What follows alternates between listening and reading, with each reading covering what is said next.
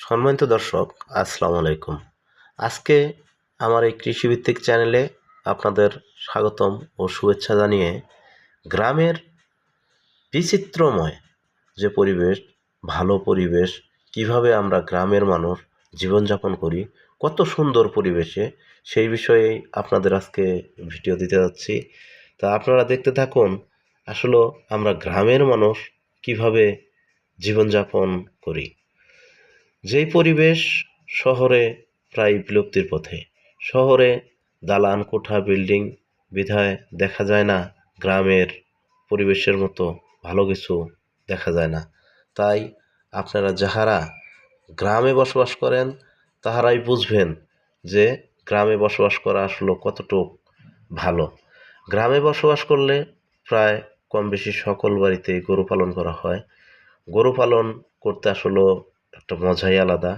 তাই সকল বাসায় আপনি দেখবেন একটি দুটি তিনটি চারটি করে গরু আছে। অনুরূপ আমিও সেইভাবেই জীবনযাপন করি, গ্রামে বসবাস করি। গ্রামে বসবাস করলে মনোবল সব কিছু ভালো থাকে। গ্রামের যে পরিবেশ শহরের পরিবেশের সাথে কখনোই এক হয় না। তাই আমার এই ভিডিওটি আপনাদের যদি ভালো লাগে, গ্রামের পরিবেশ তুলে ধরতেছি, তাহলে সকলেই দয়া করে সাবস্ক্রাইব করে দিবেন। আসলে আমরা যারা শহরে বসবাস করি তাদের মন চায় যে গ্রামের পরিবেশে একটু ঘুরে বেড়াতে। দেখুন, গরু পালন করে গ্রামের মানুষ কিন্তু স্বাবলম্বী হয়। সবাই, গ্রামের যত মানুষ আছে সবাই গরু পালন করে। তাই আপনিও চাইলে আপনার বাসায় শহরে কিংবা গ্রামে হোক একটি দুটি তিনটি করে গরু পালন করতে পারেন। তাহাতে আপনার আর্থিক উন্নতি হবে। গ্রামের যে পরিবেশ, বৈচিত্র্যময় পরিবেশ, সেই পরিবেশ রক্ষা হবে। গরু পালন করতে লাগে খড়। দেখুন, আসলে খড় এমনি বৃষ্টিতে ভিজে, তাই খড় রাখার জন্য আমি কিভাবে ঘর তুলছি আপনারা দেখতে থাকুন যে গ্রামে মানুষ কিভাবে খড় রাখে, আমরাও অনুরূপ সেভাবেই খড় রাখছি। তা খড় শেষের পথে, এবার খড়ের প্রচুর দাম, তাই অল্প খড় আছে। এই যে দেখুন, উপরে সুন্দর করে ছাপড়া দিছি, চাল দিছি। চাল দেওয়ার উদ্দেশ্য হলো যাহাতে পানি না পড়ে। পানি পড়লে খড় ভিজে যায়, খড় নষ্ট হয়ে যায়। তাই পানি যাহাতে না পড়ে, সেই কারণে গরুর ঘরে খড় রাখা সম্ভব না, তো বাহিরে খড় রাখছি। বাহিরে খড় রাখার জায়গাটুকু অন্তত ভালো করে দিছি আর কি, যাহাতে পানি না পড়ে। তবুও পানি পড়ে, কিছুটা যদি সেভ হয় আমাদের জন্য ভালো, কারণ খড়ের প্রচুর দাম। আরও দেখুন, এখন দেখাবো প্রাকৃতিকভাবে আসলে পুকুর পাড়ে কিভাবে সবজি চাষ করা হয়। এই যে পুকুর দেখা যাচ্ছে, পুকুরের ধারে সবজি দিয়ে দেওয়া হয়েছে। আপনারাও গ্রামের পরিবেশটা যে আসলে কত সুন্দর যে থাকে সেই বোঝে। আপনারাও এইভাবে সবজি চাষ করতে পারেন। পুকুরের ধার দিয়ে, পুকুরের সাইড দিয়ে সবজি চাষ। দেখুন, আসলে কত সুন্দর পরিবেশ, যে পরিবেশ পাওয়া বড় দুষ্কর। গ্রামের লোক বুঝতে পারবে সে পরিবেশের কথা, শহরের মানুষ বুঝতে পারবে না। আমিও চাকরি করছি, আমি শহরে ছিলাম, তাই শহরের মানুষ কখনো বুঝতে পারবে না গ্রামের পরিবেশ কত সুন্দর হয়। এই জায়গায় কোনো কিছু কিনে খাইতে হয় না, সব কিছু চাষাবাদের মাধ্যমেই হয়। দেখুন, যে একক ইনকামের উপর কখনোই আপনারা নির্ভরশীল হবেন না।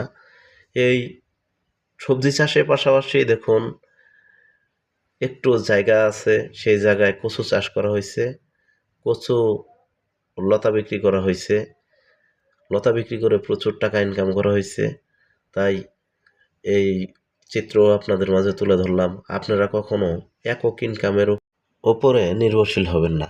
পৃথিবীতে যাহারাই একক ইনকামের উপর নির্ভরশীল হয় তাহারা জীবনে চলার পথে কখনো কখনো হোঁচট খায়। তাই আপনারা বহুমুখী ইনকাম করার চেষ্টা করবেন। দেখুন, ঘাস যাহাতে গরু খাইতে পারে, সেই কারণে ঘাসও লাগাই দিছি আইলের কাচার দিয়ে।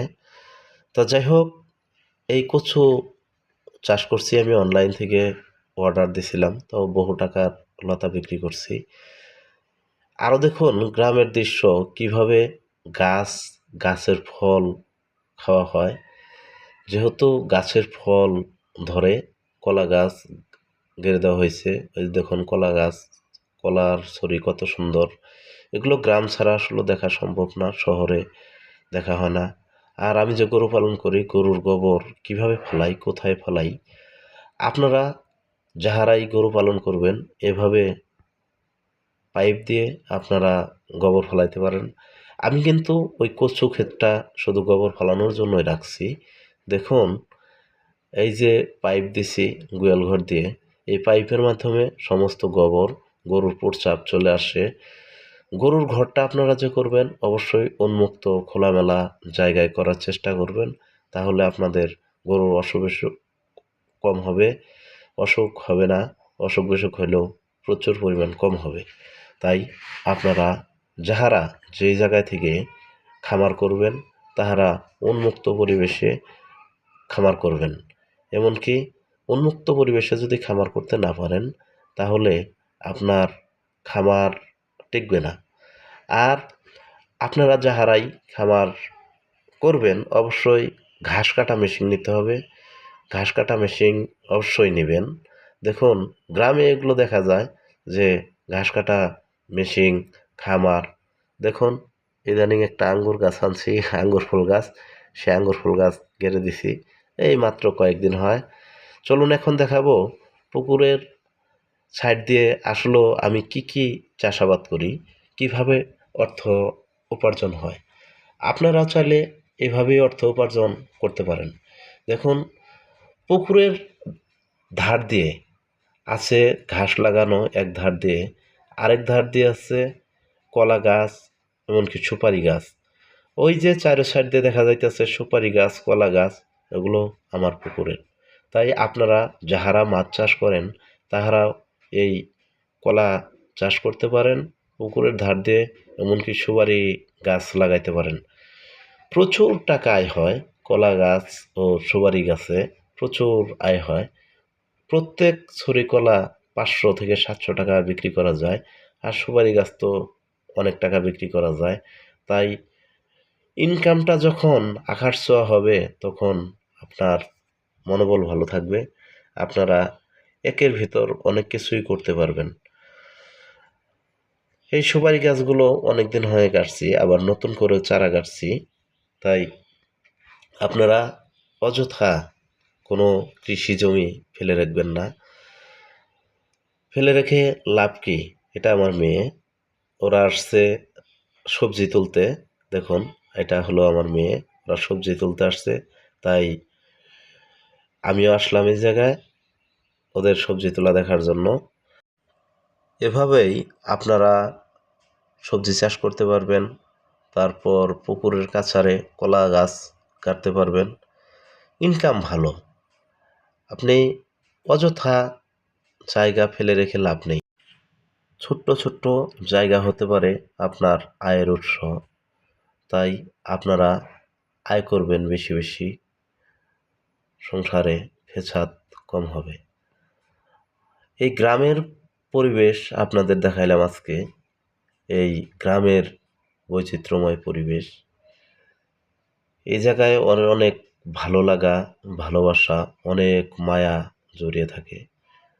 আসলে আপনারা যাহারাই গ্রামে থাকেন তাহারা অনুধাবন করতে পারবেন যে কত সুন্দরভাবে গ্রামের পরিবেশে গ্রামের মানুষ চলাফেরা করে, জীবনযাপনের মান, জীবনযাত্রার মান কত উন্নত।